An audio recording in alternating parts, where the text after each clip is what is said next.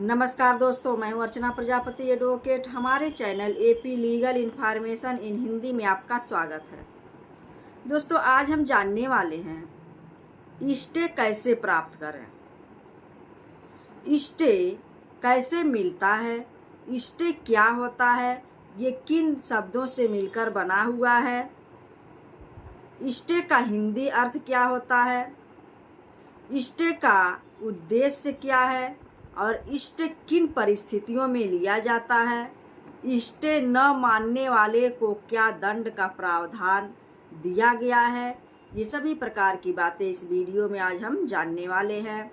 उम्मीद करती हूँ यह जानकारी आपको बहुत ही लाभकर साबित हो। इसके लिए हमारे चैनल को सब्सक्राइब, ऑल बटन क्लिक करिए ऐसे ही नॉलेजेबल वीडियो प्राप्त करने के लिए। वीडियो अच्छी लगती है तो लाइक शेयर ज़रूर करिए ताकि दूसरे लोग भी इससे लाभ ले सकें। दोस्तों, स्टे का मतलब क्या होता है? रोक। पहले हम समझेंगे स्टे का मतलब क्या होता है। स्टे का मतलब होता है रोक। उसमें निर्णय जो होता है क्या होता है, यानी स्टे ऑर्डर। स्टे का मतलब रोक हुआ, ऑर्डर का मतलब हुआ निर्णय। यानी इन दो शब्दों को मिलाकर कहा जाए तो स्टे रोक वाले निर्णय को ही स्टे कहते हैं। रोक वाले निर्णय को ही स्टे कहते हैं। स्टे जो होता है इसका हिंदी होता है स्थगन आदेश। स्टे ऑर्डर का जो हिंदी होता है वह होता है स्थगन आदेश और दूसरा होता है अस्थायी निषेधाज्ञा। इन दो नामों से हम स्टे ऑर्डर को जानते हैं हिंदी में। उसके बाद हम जानेंगे कि कोई भी कार्य हो, कोई भी विधिक कार्यवाही को रोकने के लिए न्यायालय सक्षम होती है। जो उसके अधिकारातीत के अंदर आती है उस पर विधिक कार्यवाही द्वारा वह रोक लगा सकती है। कोई भी कार्य हो उसको वह रोक लगा सकती है। न्यायालय को इतना व्यवस्था दिया गया है।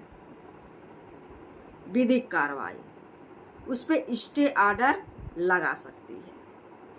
तो आइए जानते हैं स्टे ऑर्डर कब लिया जाता है। स्टे ऑर्डर कब लिया जाता है? स्टे ऑर्डर जो है कि जब कोई आपके हित के विरुद्ध कोई कार्य करता है, आपके संपत्ति और गैर कानूनी तरीके से उस पर कब्जा करता है, जो उस पर आप स्वयं कब्जा है आपका, आप लीगल तरीके से उस पर काबिज हैं। इन लीगल तरीके से कोई उस पर अतिक्रमण करता है, कोई निर्माण करता है, कोई कंस्ट्रक्शन बनवाता है, कोई अन्य कार्य करता है, आपके भूमि में, आपके संपत्ति पे, आपके हित के विरुद्ध कार्य करता है, वहाँ आप क्या कर सकते हैं? स्टे ऑर्डर न्यायालय से मांग सकते हैं। गैर कानूनी तरीकों को रोकने के लिए क्या होता है? आप कोर्ट के समक्ष स्टे ऑर्डर जारी करने का प्रार्थना पत्र दे सकते हैं कि हमारे ज़मीन पर यह अवैध निर्माण करवा रहा है, यह अवैध कार्य कर रहा है, जो कि हमारा कब्जा है, हमारा यह स्वामित्व है।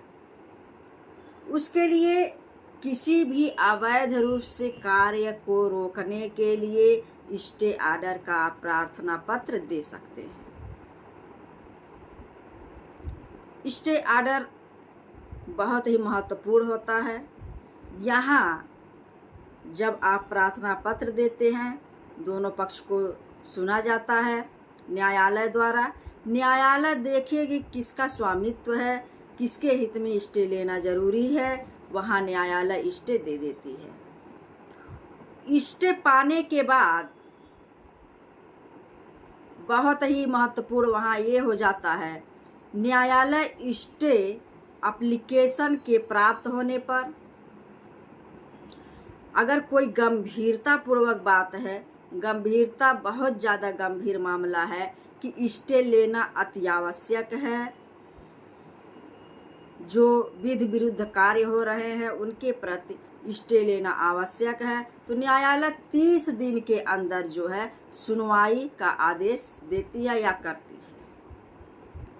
अगर कम मामले गंभीर हैं तो वहाँ न्यायालय क्या करती है, 15 से 20 दिन में सुनवाई करती है।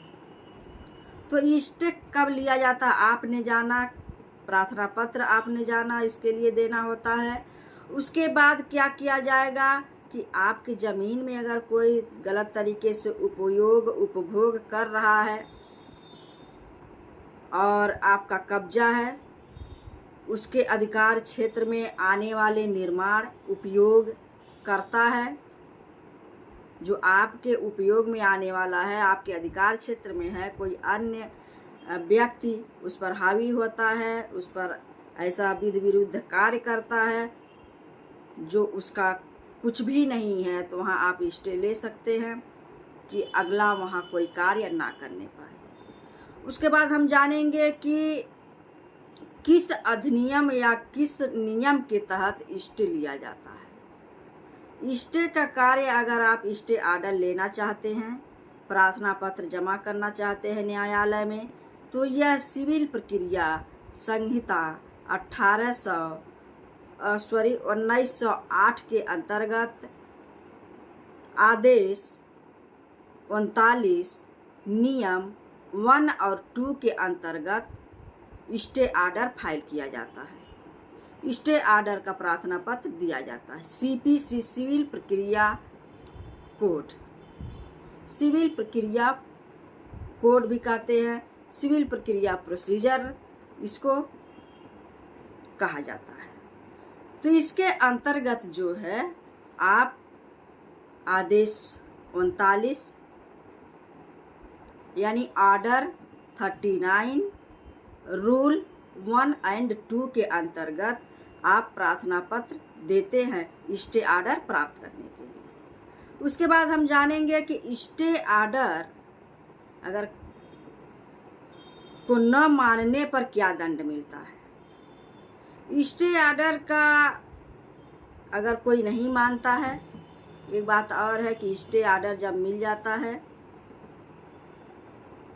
तो उस पर कोई भी पक्ष कार्य नहीं कर सकता है। जो स्टे पाया रहता है, जो इस पर अवैध रूप से काबिज होना चाहता है, दोनों लोग उस पर कोई कार्य नहीं कर सकते हैं। दोनों लोगों के लिए प्रतिबंधित होता है। स्टे ऑर्डर में हमने देखा एक स्टे ऑर्डर जो होता है वह अस्थाई होता है और एक स्टे ऑर्डर होता है जो वो अस्थाई ऑर्डर होता है। अस्थाई ऑर्डर क्या प्रावधान करती है, आइए हम जानते हैं। अस्थाई व्यादेश जो बाद के सुनवाई के पश्चात गुण अवगुण के आधार पर गुण अवगुण के डिक्री के माध्यम से दिए जाते हैं, जिसमें प्रतिवादी को अस्थायी रूप से कार्य करने से रोका जाता है। यानी प्रतिवादी जो होता है वह किसी प्रकार से अस्थायी जो ऑर्डर होता है स्टे ऑर्डर, उस पर किसी भी प्रकार से कोई कार्य नहीं कर सकता है। अस्थायी का मतलब क्या हो गया, स्टे ऑर्डर अस्थायी का मतलब हो गया कि वह चालू रहता है। कब तक चालू रहता है, जब तक कोर्ट का कोई फैसला नहीं आ जाता है, जब तक कोर्ट का कोई ऑर्डर नहीं आ जाता है, तब तक वह अस्थायी रूप से नहीं रहता है और अस्थायी रूप से रहता है।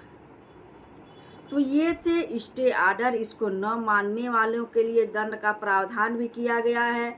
वह क्या प्रावधान है, अगर दोनों पक्ष में से वादी प्रतिवादी कोई भी कार्य करता है, अगर प्रतिवादी उस पर फिर से हावी होना चाहता है, पुनः उसको दोहराता है, पुनः उस पर कार्य करता है स्टे मिलने के बाद, तो उसकी संपत्ति को कुर्क किया जा सकता है। उसे 3 मास के लिए सिविल कारागार में रखा जा सकता है। ये उसका प्रावधान है। उसकी संपत्ति को कुर्क कर दिया जाएगा 3 मास की सिविल कारागार में, तब तक उसको रखा जाएगा, निरुद्ध किया जाएगा, जब तक न्यायालय का कोई निर्णय नहीं आ जाता है। तो ये था स्टे ऑर्डर। आपने संपूर्ण जानकारी प्राप्त कर लिया होगा, उम्मीद है। नेक्स्ट वीडियो का इंतजार करिए। जय हिंद, जय भारत।